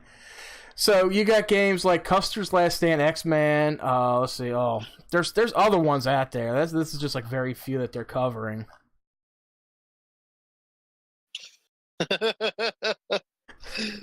Hey, look, it's sick as shit. Oh my god. I am a shit starter. Do you see what I'm talking about there, Dark? Yeah, I do. What the hell is this? A picture of the Atari 2600 Joy-Con with a condom over the stick. Okay. Play games safely. What? I guess it's a picture of the joystick with the condom over the joystick. Oh, Christ, dog is dying over there. You know why? It's for the girls that can't afford a dildo. They gotta. Yeah. So this sounds like, okay, here's the top 8 porn games for the Atari 2600. Mind you all, we didn't really get off track. This is just something I want to see come to the Atari VCS. Games like this. Number 8, we have Fast Food. And on the cover is like a bunch of food coming toward this pair of lips, and the pair of lips is saying, a foot long. Oh my god. Let's see. Also, $5 foot long. interesting to note is that the fact during the game. Time out. Foot long. Well, there's a problem with that. Jared's in jail. I know. I probably just offended someone. Too late. Well, let's see. To note is the fact that during the game, Mighty Mouth has to avoid eating purple pickles, and that upon eating 6 purple pickles, the mouth burps and the game's over. Okay, then. Next up, we got Centipede. I don't know how that works as a... Let's see. Centipede was the first arcade game created by a woman, and this game clearly had dicks on the brain. Okay. Give me dicks on the brain. Oh, never mind. I don't think this is actually... This ain't porn games. I read the title wrong. This is the 8 most unintentionally erotic Atari 2600 games. Oh, unintentionally. God. So, It is good enough. unintentionally Centipede is a porn game. Here's one for you, Dark. Smurf. Rescue in Gargamel's Castle. There's a picture on here from the game. Somebody's got an arrow pointing up to the health energy bar, and it says Giant Wang. And then pointing down to Smurf, it says Extreme Case of Blue Balls. Wow. Number 5 is Quandron. Oh my god. What, Quandron? No. It's not game related news, Oh, okay. but it's breaking news. It just broke 5 hours ago. Papa John's founder sues the pizza chain. Oh, wow. Highly unexpected. Yeah, they took his name off of everything. God damn. It was kind of bound to happen. I mean, you know. Yeah, it was. I mean, he did do something that was kind of dumb, but it was something that didn't really need to get out there to the public. I don't know. Bowling. What the fuck? Okay. That's not bowling. No, it ain't. That's not bowling. No. Dude, I don't want to know. Actually, you're about to find out. God damn it, Mike. Nope, I'm being saying. That's not bowling! See, the problem is that whenever anybody listens to this, right? Their imagination is probably going haywire at the moment. Okay? This is a very, very vivid description of certain things, and it's just like, what the hell are they looking at? And what makes it so much better is we are a audio only podcast. Yep. Yes, sir. Motherfuckers have fun with your imagination. And plus, you can look at Twitter later. Yep. E.T. Here we go. E.T. the extraterrestrial. Here's a picture of E.T. in the hole, and he's saying, "I sucky sucky for $2." Oh my god. Okay. And number one, no, it's number two. I'm sorry, Dig Dug. I don't see anything graphic in there, but let's see. Eliminating creatures by either inflating them until they pop. Oh Okay, my so you god. inflate them till they pop, or by dropping rocks onto them. Dig Dug gets to each conquest by digging along long straight tunnels and dropping down onto them. Then it's a wham bam thank you ma'am before our little digger is off to hit some more ass. There you go. And then of course we got Alpha Bean with Ernie. And of course it says ABCD right there, and then you come down here and it says cock. Wow. Let me guess, it's coming to the chat. I could send it. It can, yeah, go ahead and send it to the chat. Oh god. Oh, let's see. Here we go. It's like ABCD. It's like so kid friendly, and then you look at the bottom and you're like, oh my god! The issue is that a lot of kids games out there, there's so even the kids shows. If you pay attention well enough, There's a lot of hidden. there's a lot of adulterated stuff. Yeah, a lot of innuendo. Yeah, it's a lot of those situations. For prime fucking example, Teletubbies. Oh god. Wakey wakey. Well, look at the good shows we grew up on, like the Nickelodeon shows, Ren and Stimpy, Rugrats. Hey Arnold, Rocko's Modern Life. There was an episode of Rocko's Modern Life where he got a job as a hotline. You know, he was talking to Yeah, he was a 1-900 hotline operator. Yeah. And it was like, when we were kids, we don't see that stuff, but now when you watch it today, and it's like, holy shit. Same goes for the Ren and Stimpy stuff, man. Yeah. It's like Pinky in the Brain. Yep. Pinky in the Brain. they had some interesting stuff in there. Yeah. Pinky in the Brain. Cartoon Network had the. Mm-hmm.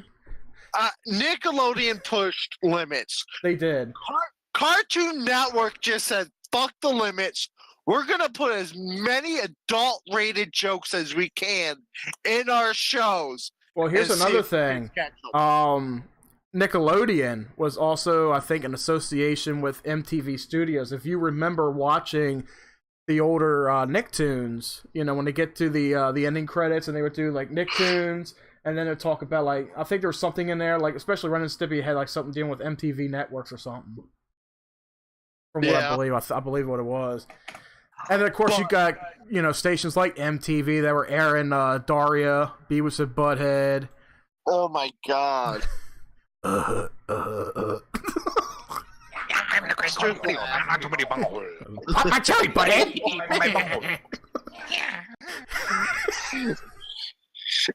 Dexter's Lab, Yep. Powerpuff Girls, Animaniacs, Pinky and the Brain, Yep. shit like that.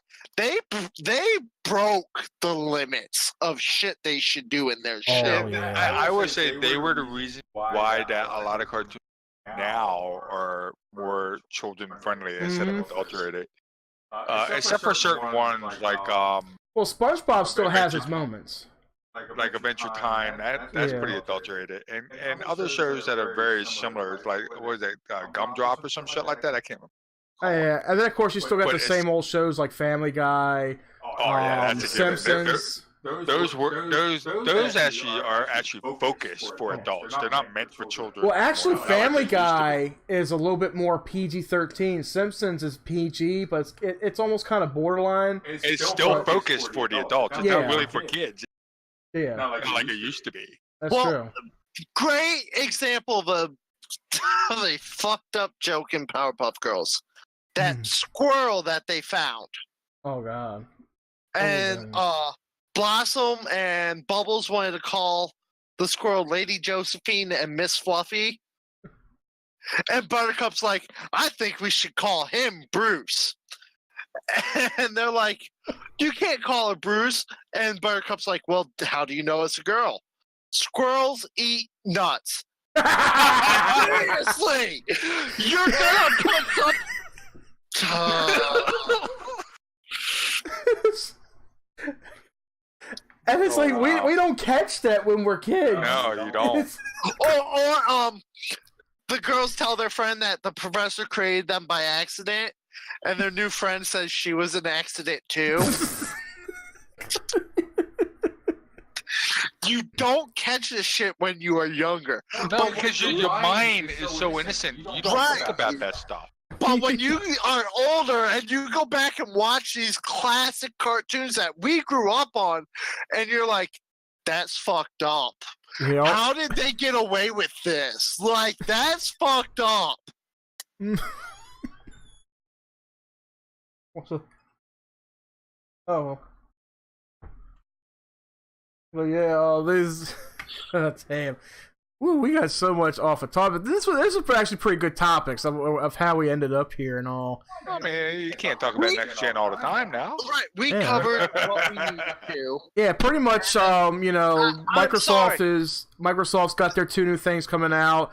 Google's tested something out new. We will definitely be posting that on Twitter, as days come, and of course Atari's got their new thing coming out. Whew, I mean, what else can we talk about? I mean, we got the cover, consoles covered. And... Literally,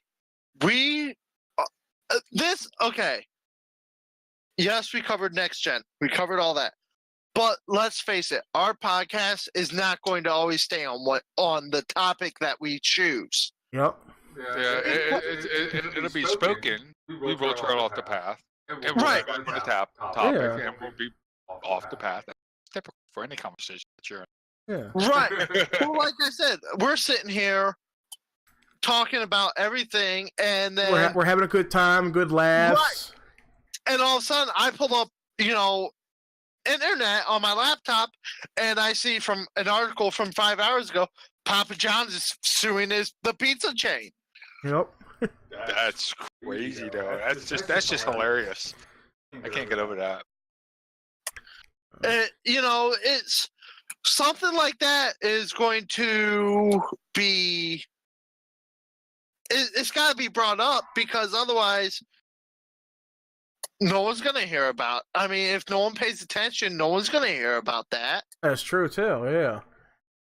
Well, then again, like with Big Papa John's issue with the situation with him using the racial language in a conference call, like, okay, the conference call, that kind of stuff should have stayed privately.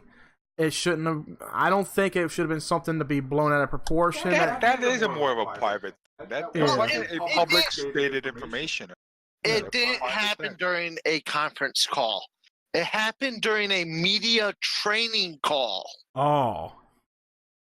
And of course, media, which means the fucking news networks, and then that's pretty much the end of your career. Well, here's one question. Colonel Sanders used that word how much? And he never got in trouble for the shit.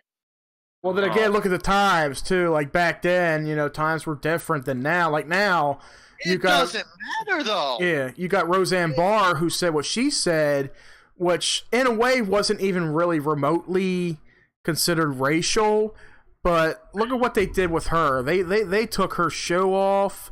Mm-hmm. They fired her from the show. And it's the whole James Gunn, another great example of something he said years ago. Yep, biting them in the ass.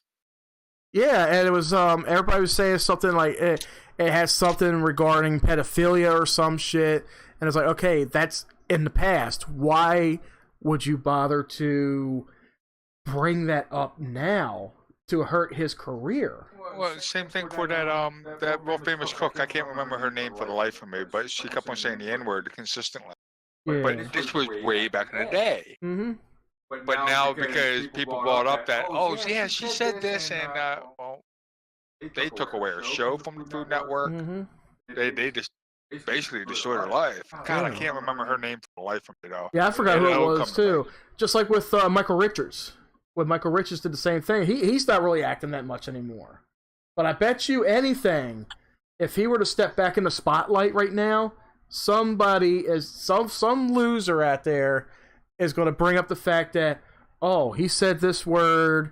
I think he was doing like some kind of stand up while he was doing it or something. No, it was on the radio show. I'm sorry. No, wait a minute. The radio show was Don Ives. Was it Don what the hell's his last name? Don Imus, I think. He was during the radio show. Oh, God, I'm terrible with names, man. Yeah, and I think that's what it was. It was Don Imus, and I guess that was the name. Let me look that up. But Michael Richards was like, God, what was? Yeah, Don Imus. Yeah, that was his name. He did it during a radio show, a radio broadcast, where he said it, and then of course, Michael Richards said it at one point, and of course that kind of ruined his career around then, but it's not going as bad as it is now. Like right now, people are losing their jobs, they're losing their pop. Well, I wouldn't say they're losing their popularity, but you got more and more people looking down on them and saying, "Oh, they're racist, they're sexist, they're offensive. I don't care for them anymore." They're human beings. They are human beings. No one's fucking perfect. Go fuck yourself if you think you are. We all make honest mistakes, and sometimes we do make dumb mistakes that they can cost a friendship. Yeah, sometimes they can cost a job, but nobody's perfect. We all make mistakes. We all learn from the mistakes. People are forgiven. Even if it's somebody face to face with you and they say, "I'm never going to forgive you for what you did." Hey, 20 years down the road, they're like, "Dude, I forgive you. Past it's all water on the bridge. That's all in the past. You changed. Da da da. Let's suck each other dicks and and bon voyage, or some shit, No, right? These are the tweets that got him fired. Okay. He had retweeted to someone because they tweeted to him, and he goes, "I like it when little boys touch me in my silly place. Shush." Photo shoot with 3 people trying to maintain a semi-chub so that I'll look impressive in these photos. The Hardy Boys and the mystery of what it feels like when Uncle Bernie fists me.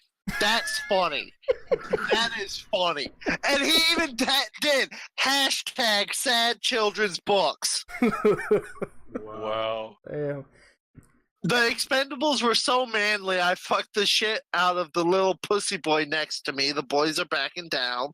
My new film, Jerk Loose. A small town where beating off is illegal, and one high school kid jerks off in front of the others to show how fun it is. This may be the plant version of adopting a damaged 12-year-old girl who steals your money and accuses you of molesting her. What? This hotel shower is the weakest ever. Felt like a 3-year-old was peeing on my head. Oh, God. Eagle Snatch's kid is what I call it when I get lucky. I just downloaded that new Steven Tyler single. I feel the type of shame usually reserved for getting a $3 blowjob from a baby tranny. Trying to figure out the most disgusting feature of Vegas. These tranny-rific Rita Runder billboards or all the Ed Hardy clothing. 3 men and a baby they had sex with. Hashtag unromantic movies. Honesty's the best policy. Tell your 3-year-old you're laughing thinking of me fucking 3PO. He'll appreciate it when older. Now, is this stuff that he's sharing or just random stuff you're finding? This is shit he tweeted. Oh, wow. I'm doing a big Hollywood film adaptation of The Giving Tree with a happy ending. The tree grows back and gives the kid a blowjob. About to vomit as I'm stuffed with etouffee and eggplant. I'm Louis Anderson-ing my ass out. Parentheses, just the fat, not the little boys. Mary Matthews just told me a story about how a monkey jerked off to completion on a kid on the set of Max Keeble's Big Move. Wow. That I could actually see being a true thing. I remember my first NAMBLA meeting. It was the first time I felt okay being who I am. Some of those guys are still my BFFs. Okay, yes, his tweets were fucked up, but they were jokes. Yeah. They were jokes. They weren't saying that he did this or he wanted to do something like that. Right. It was just, God, what's the way? What's the way to say it? People are too offensive with those kind of jokes. Yeah. That's like, okay, 3 weeks ago, I hate to go back into it, but I'm gonna give the short version. We had somebody in our chat who was watching our stream. We were doing episode 16 of Chicken Squad, and we had another buddy of ours. He was in the party chat with us, and we were having the time of our lives. Like it was funny as hell, and he was bringing a lot of jokes in himself. Yes. And we didn't find. Well, we're the kind of group that we'll take any kind of joke and we'll run with it. You have no filter. Yeah. At all. But we did know not to do anything like mention any kind of racial slurs or offend like anybody in any community, like the LBGT community or whatever like that, and damn it, let me put my Nazi flag away. Jesus Christ. God. There we go. I'm sorry about all the Polacks and the Jews out there. Don't get upset with me. But I pulled it up. God damn, he's dying now. So, if you're still alive, I'm okay. So it's like I pulled up the stream and I rewatched the chat because when you go back on the live stream, you can see everything in the chat as you scroll through. This person came in. I mean, of course, they did come in. They were like, "Oh my god, what the fuck did I walk into?" And they laughed about it. Yeah. So this person said that I'm just dying of laughter over here because of everything that was being said and done. And then this person hosted our stream onto their channel. And then the following day, it's like, oh, they found our stream very offensive. They can only watch it for like 10 minutes. And I'm like, well, that's funny. They were enjoying themselves in there. They were laughing it up and having a good time. So it's like, what did we do or say that was offensive? Apparently, Dark said the dreaded F word briefly, like within the first 15-20 minutes, and it's like it's not really too noticeable, but he wasn't using it in any reference toward like offending any groups or... and to clarify, F word is not the word fuck. Okay, that's what I'm going to say right now. It's a particular word which I'm not going to repeat. Say. Yeah. Well, not bad. I know I'm bad. Thank you. But anyways, it's just.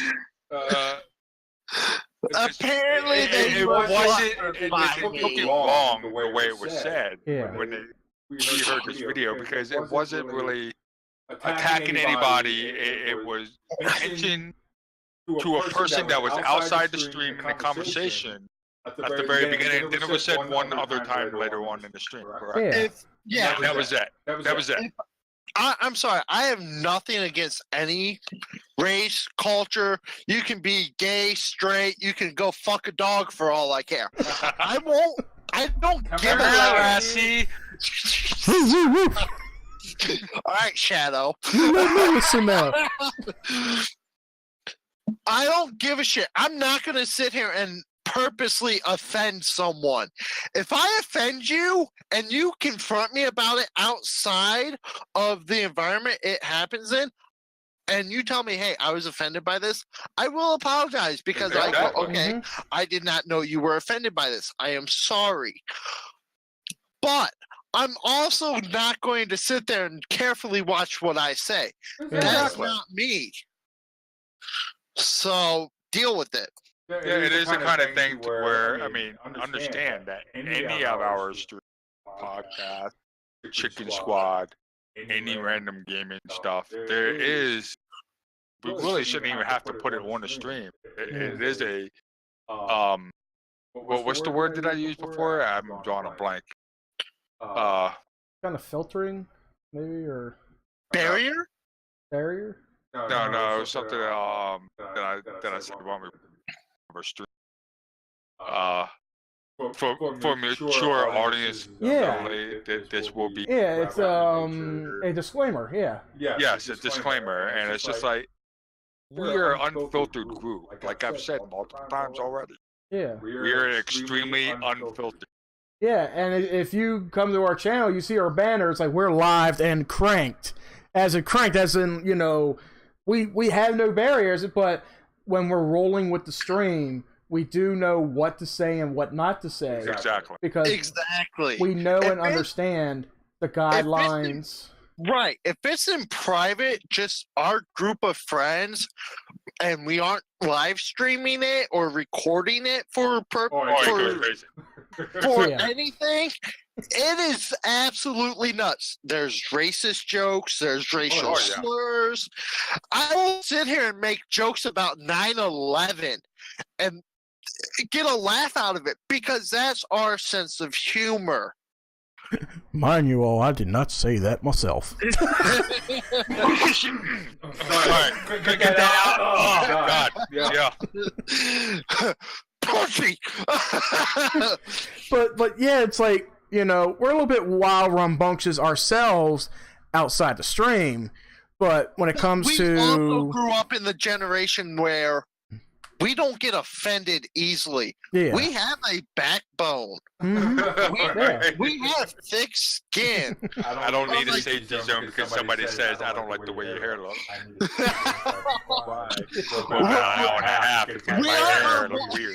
Yeah. We aren't our one co-host Shadow, who and run away. But yeah, it's like, you know, we do understand and know the barriers on platforms like Twitch, YouTube, whatever. Yes. We follow the terms of service to the T. There's nothing that we really violate on the terms. If there is, I can address it, and then we can always change something. But other than that, so far we haven't really violated anything. I mean, there's things out there on Twitch that have worse. I have actually watched a few stuff where it's this and where that. Yeah. Consistently, and this is not a typical conversation where it's you. No, it's literally attacking. Yeah. Yeah, When they it's say this literally stuff. attacking someone because someone outperformed them in a game. Yep. Yeah. And we don't do that at all. We'll maybe let it slip out, maybe just as a conversation part or something, but not really Right. to. Yeah, you're this. No, we're not going to do that. Yeah. I mean, look at how many like he said, you know, somebody using racial slurs on their streams. You got people who are fucking, they forget to turn the camera off and they're fucking sitting there jerking off or some shit. You know? There's quite a bit of those.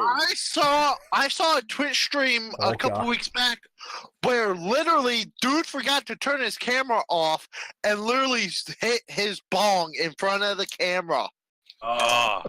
His channel got banned. Yeah, of course it did, because that's promoting. That's promoting drugs. That's promoting drug use. Yeah. And I'm like, damn. Like, and it was an honest mistake. It was. I'm sure it's probably not a permit ban that he has. Yeah. Probably under like a this is your time frame. And I went back. Put an appeal in, and we'll see what happens. I viewed his Twitter page that people were retweeting it, and he said it's like a month-long ban from Twitch. Yeah. Now, if you're doing like sexual exposure to yourself, Right. and it may seem like an accident, but you know it's being deliberate, Right. they will permaban. Yes, they will. He Yeah. got a month ban from Twitch, and after that month ban, he loses his partnership for a month. Yeah. But that's understandable. I mean, that's Right. It's a fair punishment, I say. There are some people who are saying that the ban should be enough. Don't take his partnership for a month. He agrees with the punishment he's being dealt, and he's just taking it in stride. He's like, you know what? Yeah. I fucked up. Yeah. Nothing I can do about it. Oh yeah, just like take YouTube platform for example. YouTube, they've tweaked their terms of service to the point where anybody can flag a video, and if they flag it, it's like YouTube's system isn't fully ran by humans. It's ran by bots. If you flag a video of some kid playing Minecraft and you say, okay, sexual content, 8 out of 10 times, that video is going to get flagged by YouTube system saying, okay, your video's been flagged or struck because of sexual or sexual content or whatever. And then it's a bitch to fight them to get it off is. your record. I mean, you should know you had an actual. Yeah, I had one. Doing a lot of stuff. stuff. Yeah, too. And of course, trolls I was dealing with, they're still doing to this day harassing other YouTube channels. They're doing they're harassing them they're literally like attacking them. They're doxing their personal information and videos. Any information that they get at all, like home address or phone numbers, they're constantly calling their home phone number, sending pizza and stuff to their houses and all. And then of course, I heard about some YouTubers that'll live stream. Now, a lot of them use Google Hangouts to live stream. I say that's a bad idea because if somebody has your email address, all they gotta do is just type it up, get into that stream right there, and they could do anything right there. Like I watched one at 3:00 this morning before I came and pick you up, where this one was like a year ago, and the dude had like 6 or 7 guys in there, and they were all talking at once, having a blast and shit. And then one troll just like came in and started knocking accounts out, basically like knocking everybody out, muting people, and the dude was like, "What the hell's going on?" And the guy's like, "Shut the fuck up! We run this shit now." Oh God! Yeah. So stupid. Yeah. That's why I avoid like Google Hangouts, because that is the worst thing possible. Yep. I'm sorry. I'd rather use Discord like we are. I feel safer using Discord It is. than I do using a Google Hangout. That's why, like, the way I set everything up, we're on Discord. It's a public Discord, but it's private to us. So we got to send out the invite if anybody wanted to come in and join us. Plus, I'm running it through OBS, where nobody's going to hack OBS. I don't think there's a way to hack OBS, and then of course it's streaming. OBS is a local ran program. It's not an online program, correct? I know you download it. I would say more of a local thing, yeah. And of course, it runs off of stream keys. Like, let's say you're streaming on Twitch. You got to go to your account on Twitch, get your stream key, put it into OBS so that which is a unique code that is only useful to you, and it's a one-time thing. Yep. And that way, it's hard for anybody to try to access or get into. And that's why it's much safer for me doing it this way. And not only is the stream looking a little bit more professional and higher quality, but I know that when we're doing streams like this, that we ain't going to have nobody coming in like harassing. Exactly. Right, yeah. Whereas if like I said with Google and people using Hangouts, it may be easier for them to use that. But if you're not careful, somebody's got your information. And also easy for people to, when they do the Google Hangout, it's easy for them to get your location per se. Yes. And do that swatting that they've been doing with a lot of streamers. Oh, stuff like Jesus. Yeah. There's even videos on the internet how to do it, but these trolls that I've dealt with and many people deal with, they know how to trace IP addresses. All they got to do is just pull up some kind of website or whatever and send a link to somebody and say, hey, check this out. It could be a link to a YouTube video. You click that link. All that information from your IP address goes back to them. They have your IP address, home phone number, all that stuff. And that's how they get a lot of the information, which is why around that time I was telling everybody, don't click any links at all. because that's one way people do get doxxed and they do get hacked. Right. Because there was a time where, you know, some of my accounts were getting hacked, and I had to two-step pretty much everything. Like my Steam account, somebody tried hacking into my Steam last week, and I got an email saying, okay, here's a code for the login. I'm like, well, it wasn't me. So they ain't going to get in because they need this code. Right. Yeah, they don't get the code, they don't get in my account. Everything I have is two-way. Yep.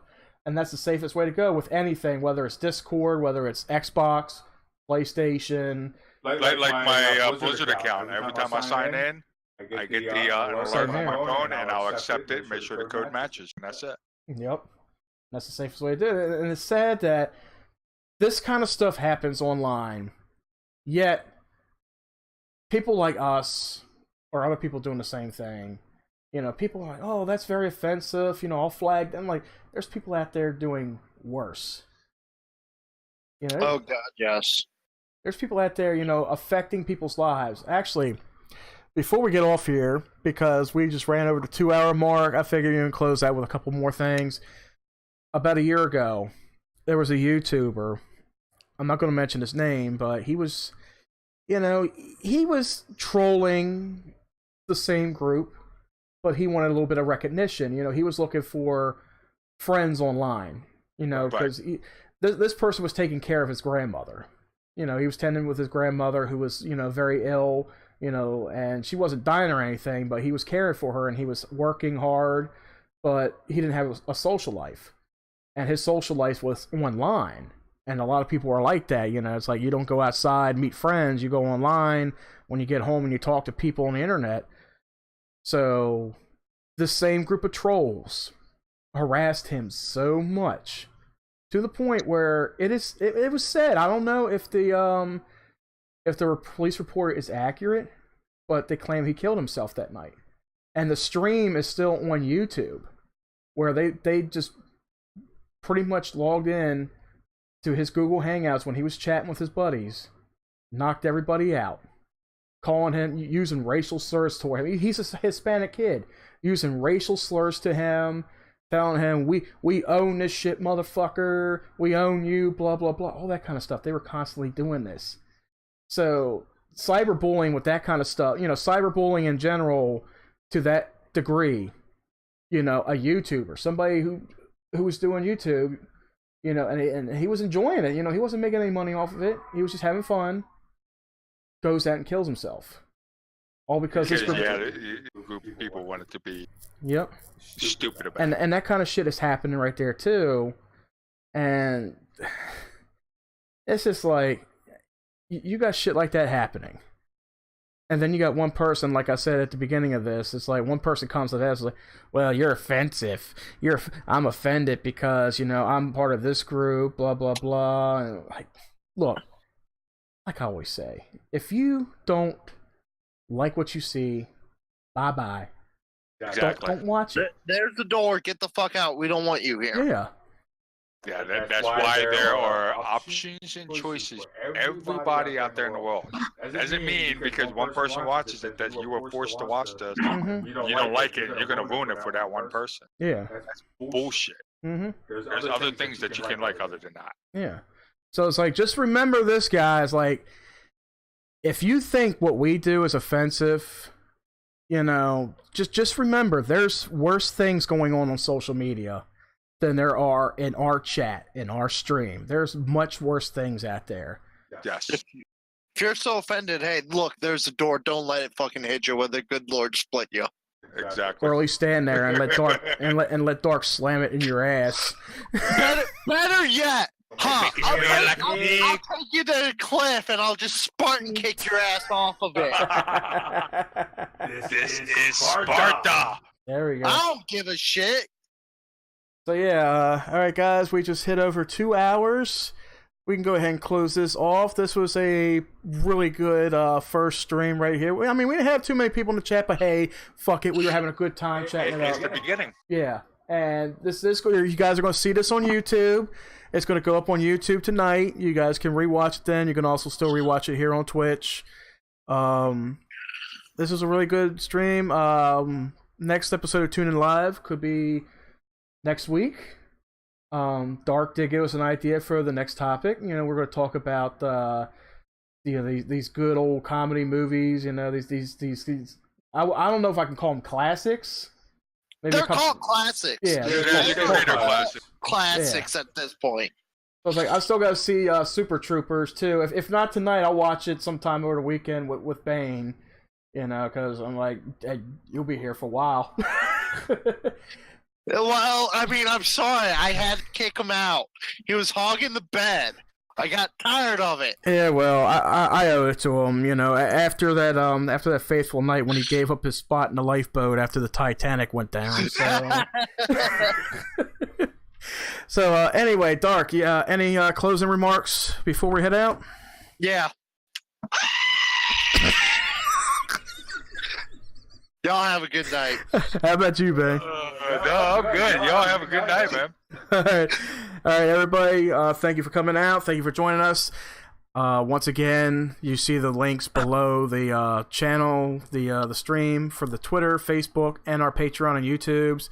Follow us on Twitter at ArrowOfficial17, Patreon and Facebook.com/Arrow with a name, and on YouTube you can check us out at Arrow Entertainment.